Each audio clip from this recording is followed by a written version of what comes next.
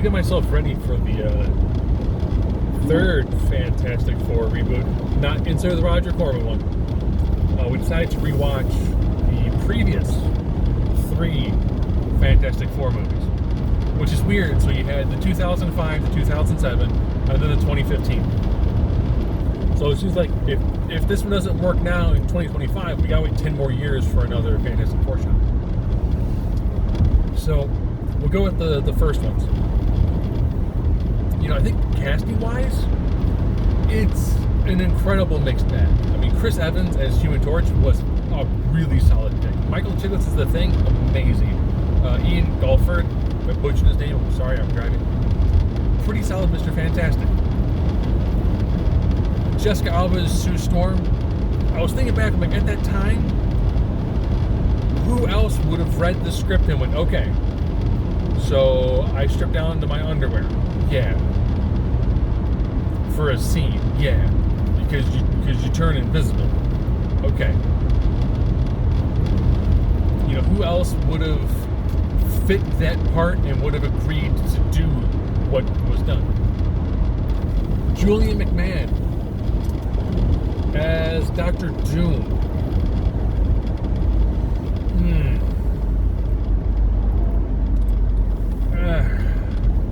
I think had they had tweaked Dr. Doom and tried to be closer to the original interpretation of the character, might have worked better. Like when you see him in like the full costume and you hear him talk, it's not bad. Yes, the dialogue is rough. And I'm talking about, Susan, let's not fight. No, let's. Which I don't think there's a way you can deliver those lines and have not come off cheesy. But I think from a visual perspective, remembering the time that it came out, I mean, it worked. You know, it wasn't overly dreary. The suits looked pretty good. The special effects were good for the time. Yes, every time Miss Fantastic did something, it looked odd and weird, but it kind of should. It's a human who's stretching.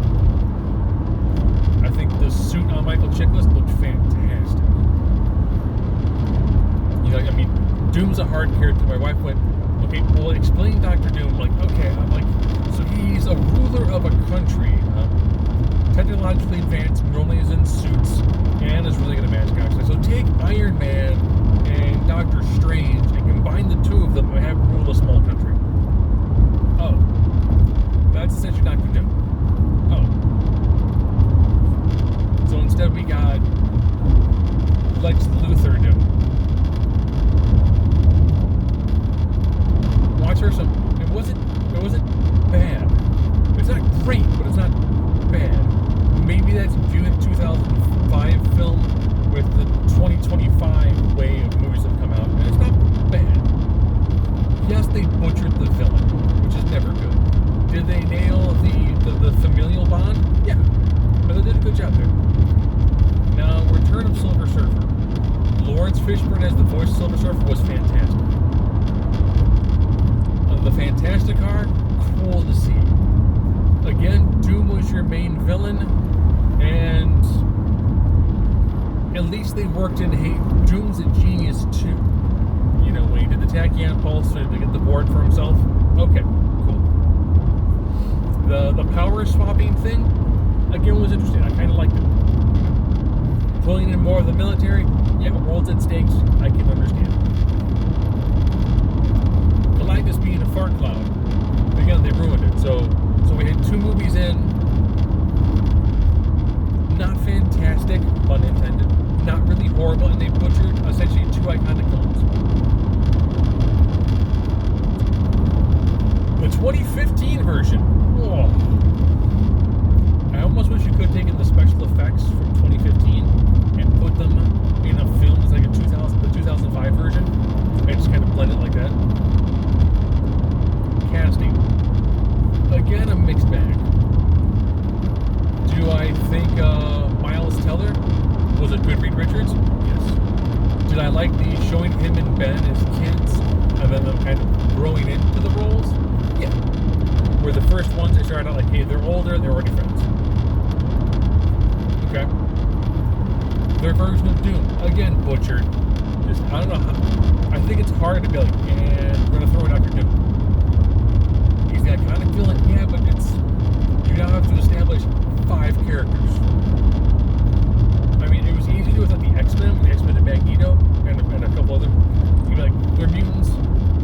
in this way, different powers.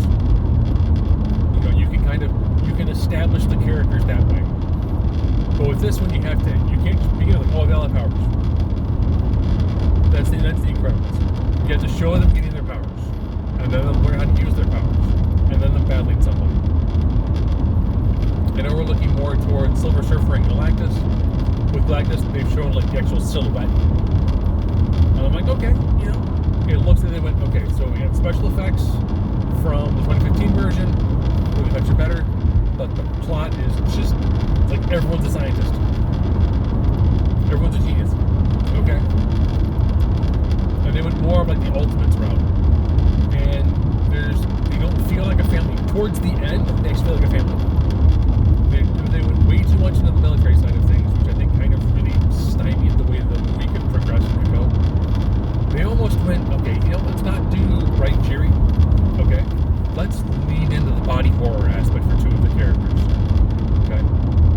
Again, Sue Storm doesn't really get any character development. It's like, I'm really smart. Okay. So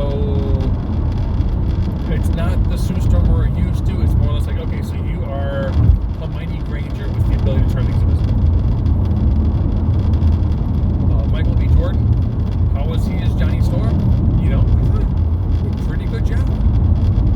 You know, they showed him being a hothead and being so much travel fast, so he gets the powers, he enjoys them. Okay. The interpretation of the Thing, you know, not bad.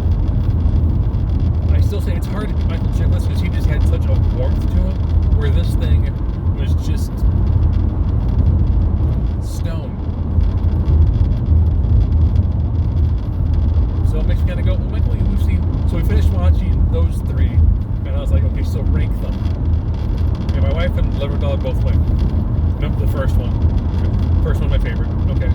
What did you like about Fan Four Stick? My daughter, of course, calls it Fan Four Stick, which is hilarious.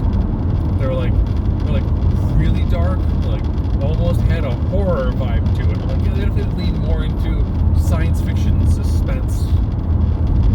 You know, when you're they kept going, well, that's the leader. Yes, that's the leader. That's Killmonger. Yes, those are characters from other MCU movies. But this takes place before they were in those character roles. It's like, oh, okay. I mean, kind of. So with this next one, I mean, cautiously optimistic. I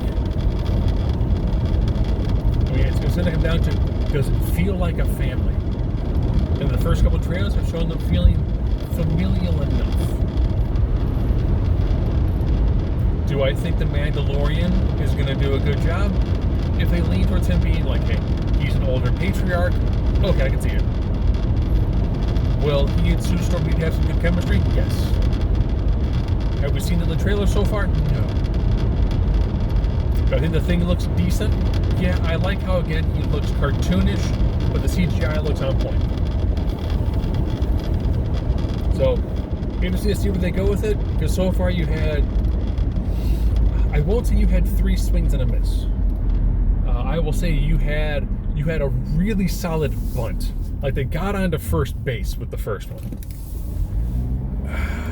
It was like a pop-up fly with the second one, and the third one, man. Aside from doing a good job on, you know, maybe 2 characters if you stretch it,